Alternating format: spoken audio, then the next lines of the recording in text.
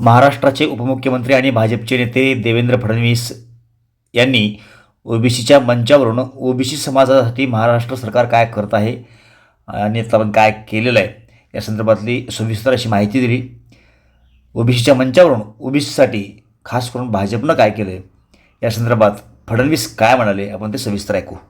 महाराष्ट्राच्या वाटचालीमध्ये एक अतिशय बहुमोल अशा प्रकारचं योगदान दिलं।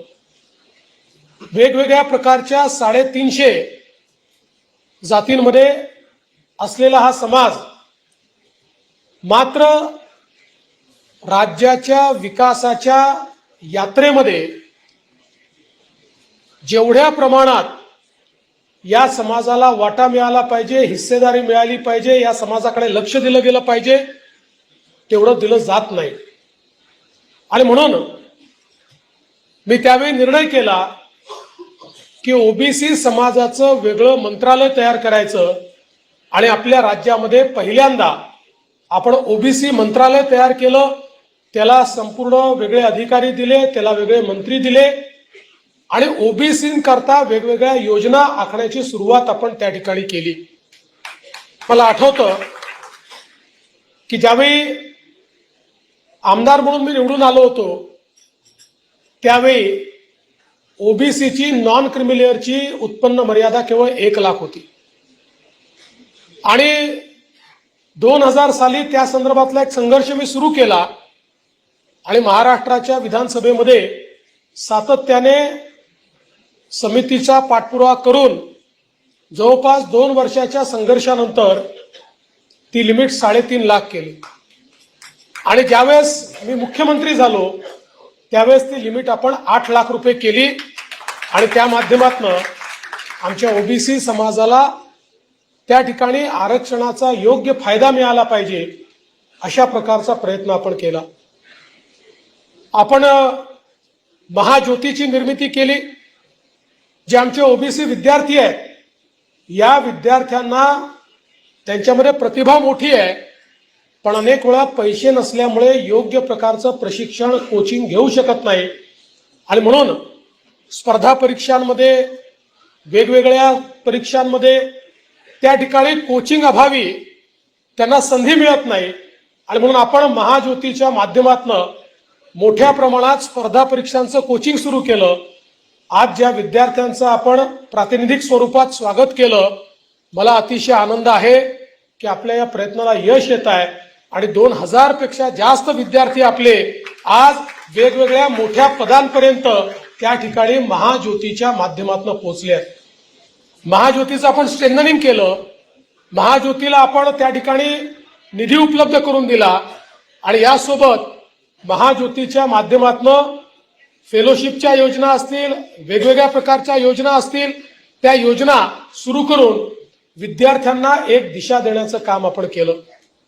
त्याचवेळी सातत्याने या ठिकाणी आमचे बबनरावजी असतील आणि समोर बसलेले सगळे आमचे ओबीसी नेते असतील हे आग्रह धरायचे की बाकी सगळं तुम्ही करताय पण आमच्या ओबीसी विद्यार्थ्यांना शहरामध्ये ॲडमिशन मिळाली तरी राहायची व्यवस्था नाही आहे। सरकारचे जे नॉर्मल हॉस्टेल आहेत त्याची संख्याच कमी आहे, त्यामुळे आमच्या ओबीसी विद्यार्थ्यांकरता डेडिकेटेड हॉस्टेल तयार झाले पाहिजे आणि म्हणून आपण तेव्हा पहिल्या टप्प्यात निर्णय घेतला 36 हॉस्टेल करण्याचा। त्याची सुरुवात देखील आपण केली। दुर्दैवाने मध्ये 2.5 वर्ष आम्हाला संधी नव्हती त्यामुळे ते काम मागे पडलं पण पुन्हा संधी मिळाल्याबरोबर आपण हा निर्णय केला की 36 जिल्ह्यांमध्ये 72 हॉस्टेल आपण तयार करायचे। एक हॉस्टेल मुलांकरता, एक हॉस्टेल मुलींकरता आणि या माध्यमातून आपण त्याची सुरुवात केली आणि मी खरोखर अतुल सावे यांचं अभिनंदन करेन। मी एक दिवस त्यांना बोलवलं आणि थोडं वैतागून म्हणालो, सावे साहेब आपले हॉस्टेल केवळ घोषणेत राहतील की आपल्याला जमिनीवर पाहायला मिळतील?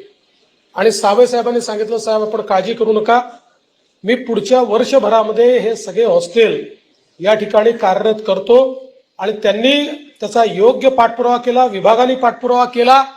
मग हॉस्टेलच्या बिल्डिंग घेणं असेल, त्या ठिकाणी फर्निचर करणं असेल, त्या ठिकाणी स्टाफ असेल, या सगळ्या गोष्टी करून आज 52 हॉस्टेल आपले या ठिकाणी सुरू होत आहेत आणि मला असं वाटतं की विविध जे घटक आहेत राज्यातले त्या घटकांमध्ये आता सर्वात जास्त हॉस्टेल एका झटक्यामध्ये ओबीसी समाजाकरता या ठिकाणी सुरू झालेले आहेत. याचा मला अतिशय मनापासून आनंद आहे. अर्थातच त्यांनी सांगितलं अजून 7 एक आठवड्यात चालू करतोय. आपला 72चा आकडा आपण गाठल्याशिवाय राहणार नाही. जे ठरवलेलं आहे प्रत्येक जिल्ह्यातले 2 हॉस्टेल ते तर आपण करूच. पण जेव्हा हॉस्टेलला वेळ लागत होता त्यावेळी सावे साहेबांनी आम्ही चर्चा केली, मुख्यमंत्र्यांची चर्चा केली. कारण मागच्या काळामध्ये आपण आदिवासी समाजाला आणि दलित समाजाला मी मुख्यमंत्री असताना एक स्वयंची योजना दिली होती की हॉस्टेलमध्ये ऍडमिशन मिळाली नाही तर मुलांनी काय करायचं, तर मग त्यांना निर्वाह भत्ता द्यायचा, त्यांना अभ्यास भत्ता द्यायचा आणि त्यांना जेवण खाण्याचा भत्ता द्यायचा. आणि या दृष्टीने तशीच योजना आपण ओबीसी विद्यार्थ्यांकरता केली. आणि ही जी स्वयंसारखी योजना आहे की ज्या योजनेच्या अंतर्गत ओबीसी एखाद्या विद्यार्थ्याला ऍडमिशन मिळाली आहे पण त्याला जर हॉस्टेलमध्ये प्रवेश मिळाला नाही, हॉस्टेल नसेल, हॉस्टेलमध्ये जागा नसेल, तर त्याला या योजनेच्या अंतर्गत आपण 38,000 रुपयापासून तर शहरांमध्ये 60,000 रुपयापर्यंत त्या ठिकाणी निर्वाह भत्ता, अभ्यास म्हणजे पुस्तकांकरता भत्ता आणि जेवणाकरता भत्ता अशा प्रकारे आपण देतो, जेणेकरून त्या ठिकाणी रूम घेऊन त्यांना राहता येतं आणि आपल्या शिक्षणामध्ये कुठेही खंड पडत नाही. हा निर्णय देखील आपण केला. याचसोबत आपण निर्णय केला की आज ओबीसी समाजामध्ये आपले विद्यार्थी अत्यंत प्रतिभावान आहेत. खरं म्हणजे आपण आज बघू शकतो की हळूहळू आमच्या विद्यार्थ्यांची प्रतिभा यातच पाहायला मिळते की आता मेरिट लिस्टमध्ये ओपन आणि ओबीसी मध्ये 1% कमी डिफरन्स आपल्याला अनेक ठिकाणी पाहायला मिळतो. त्यामुळे इतके प्रतिभाशाली आपले मुलं पण पैसा नसल्यामुळे त्या ठिकाणी विदेशामध्ये शिक्षण घेणं याची अडचण होती आणि म्हणून मग आपण विदेशी शिष्यवृत्तीचा निर्णय घेतला. आणि त्या ठिकाणी जे हुशार विद्यार्थी आहेत ज्यांना परदेशातल्या पहिल्या 100 विद्यापीठांमध्ये त्या ठिकाणी प्रवेश मिळेल आणि तो प्रवेश मिळाल्यानंतर त्यांना त्यांच्याजवळ पैसे नसतील तर राज्य सरकार ती स्कॉलरशिप देते. मला आनंद वाटतो.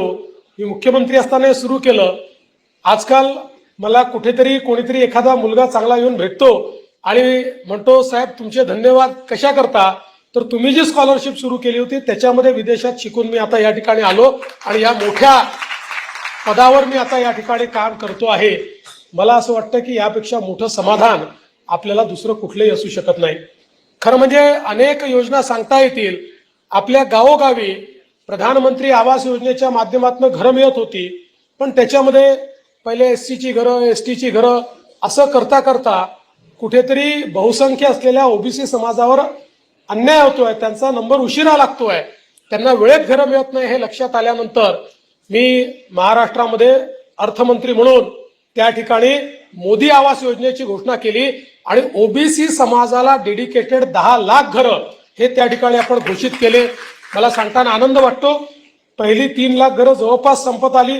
दुसऱ्या 3 लाख घरांना आता आपण पैसे देणं सुरू केलं आणि पुढच्या वर्षभरामध्ये 2 वर्षामध्ये ही 10 लाख घरं आपण पूर्ण करणार आहोत. आणि त्याहीपेक्षा जास्त घरं ज्या ठिकाणी आमचा मायक्रो ओबीसी आहे, गरीब आहे, त्यांना ती घरं त्या ठिकाणी देण्याच्या संदर्भातला निर्णय आपल्या सरकारच्या माध्यमातून आपण घेतलेला आहे.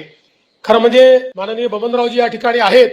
त्यांनी जे अखिल भारतीय अधिवेशन घेतलं होतं त्या अधिवेशनात त्यांनी घोषणा केली होती की ओबीसी करता आतापर्यंत 28 GR निघाले. त्या 28 GR पैकी 26 GR मी काढलेले आहेत, आमच्या सावे साहेबांनी काढले आहेत, आमच्या शिंदे साहेबांनी काढलेले आहेत. त्यामुळे मला एवढंच सांगायचं आहे की हा जो बहुसंख्य आमचा समाज आहे या समाजाच्या पाठीशी सातत्याने आपण उभं राहिलो. आपल्याला कल्पना आहे की ओबीसी समाजाचं स्थानिक स्वराज्य संस्थेतलं आरक्षण गेलं होतं. आपण सुप्रीम कोर्टापर्यंत लढलो आणि त्या ठिकाणी ते आरक्षण देखील परत आणण्याचं काम हे आपल्या सरकारच्या माध्यमातून केलं. अजूनही आपल्याला त्याच्यामध्ये काही गोष्टी करायच्या आहेत. काही ठिकाणी आजही अन्याय होतोय, पण तो अन्याय देखील आपल्याला त्या ठिकाणी कायदेशीर मार्ग काढून कसा दूर करता येईल हा आपला प्रयत्न आहे. यासोबत आमचा प्रयत्न आहे ओबीसी समाजातले जे विविध घटक आहेत या घटकांमधले जे आमचे तरुण आहेत या तरुणांच्या हाताला काम देण्याकरता विविध महामंडळाच्या माध्यमातून त्यांच्याकरता बिनव्याजी कर्जाच्या काही योजना आपण सुरू केल्या आहेत. आता त्या योजना अजून स्ट्रेंथन करून 15 लाखापर्यंतचं बिनव्याजी कर्ज हे आमच्या ओबीसी तरुणाला मिळालं पाहिजे आणि त्याला त्याचा स्वतःचा व्यवसाय सुरू करता आला पाहिजे. या संदर्भातली सगळी व्यवस्था आपण काही प्रमाणात केली आणि आता पुढे देखील करतो आहोत. कारण आपली तरुणाई ही आपल्या पायावर उभी राहिली पाहिजे, अशा प्रकारचा आपला प्रयत्न आहे. मला हे देखील या निमित्ताने सांगितलं पाहिजे की देशाचे पंतप्रधान माननीय नरेंद्र मोदीजींनी एक अत्यंत महत्वाचा निर्णय घेतला. एकीकडे मोदीजींनी पहिल्यांदा आपल्या ओबीसी समाजाला राज्य घटनेमध्ये स्थान दिलं. ओबीसीचं आरक्षण तर होतं, पण त्या ठिकाणी आपल्याला हिणवलं जायचं की राज्यघटनेत तर याला स्थानच नाहीये, हे तर केवळ नोटिफिकेशनने मिळालेलं अशा प्रकारचं आरक्षण आहे. परंतु त्या ठिकाणी राष्ट्रीय ओबीसी आयोगाला कॉन्स्टिट्यूशनल दर्जा देऊन ओबीसीचं आरक्षण हे कॉन्स्टिट्यूशनल आरक्षण करण्याचं काम हे आदरणीय मोदी साहेबांनी केलं. आणि त्याचसोबत सगळ्यात मोठा ऐतिहासिक अन्याय आमच्यावर होत होता की ओबीसी आरक्षण तर लागू झालं 80-82 साली, पण मेडिकल एज्युकेशन मध्ये मात्र ओबीसी आरक्षण नव्हतं. मेडिकल एज्युकेशन मध्ये डॉक्टर बनण्याकरता आमच्या ओबीसी विद्यार्थ्यांना ओपन मध्ये यावं लागायचं. हे काय कारण होतं मला याची कल्पना नाही, पण ओबीसींना मात्र मेडिकल एज्युकेशन मध्ये ऑल इंडिया कोट्यामध्ये कुठलंही आरक्षण नव्हतं. माननीय मोदीजींनी हे लक्षात घेतलं आणि मोदीजींनी निर्णय केला हे चालणार नाही, आणि मोदीजींनी आपल्या ओबीसी समाजाला 30% आरक्षण हे मेडिकल एज्युकेशन मध्ये देखील त्या ठिकाणी दिलं. त्यामुळे आता ऑल इंडिया कोट्यामध्ये आपली मुलं त्या ठिकाणी डॉक्टर बनतायत आणि निश्चितपणे एक मोठा फायदा आपल्याला झालेला आहे. आज खरं म्हणजे अनेक गोष्टी सांगता येतील, सगळ्या गोष्टी सांगून मी आपला वेळ घेणार नाही, पण मी एकच गोष्ट सांगतो. आमचा जो ओबीसी समाज आहे याच्यामध्ये अनेक समाज असे आहेत की जे संख्येने कमी आहेत, परंतु या सगळ्या गावगाड्यामध्ये त्यांचा एक महत्वाचा वाटा राहिलेला आहे, ज्याला अलीकडच्या भाषेमध्ये मायक्रो ओबीसी म्हणतात. अशा मायक्रो ओबीसी समाज असेल, आमचे 12 बलुतेदार असतील, आमचे भटके विमुक्त असतील, वेगवेगळ्या समाजाचं आपल्याला कसं कल्याण करता येईल अशा प्रकारचा प्रयत्नच सातत्याने आम्ही केलाय. आणि मी शासनाच्या वतीनं आपल्याला सांगतो, खरं म्हणजे बबनरावजी यादी अजून मोठी आहे, समोर बसलेल्या सगळ्या लोकांनी बऱ्याच गोष्टी अजून करायला सांगितलेल्या आहेत. मागे आपण बैठक देखील घेतली होती. मी एवढंच सांगतो की ओबीसी कल्याणाकरता आपलं सरकार 100% कटिबद्ध आहे आणि या सगळ्या ओबीसी समाजाच्या ज्या अडचणी आहेत त्या अडचणी आपण सोडवू.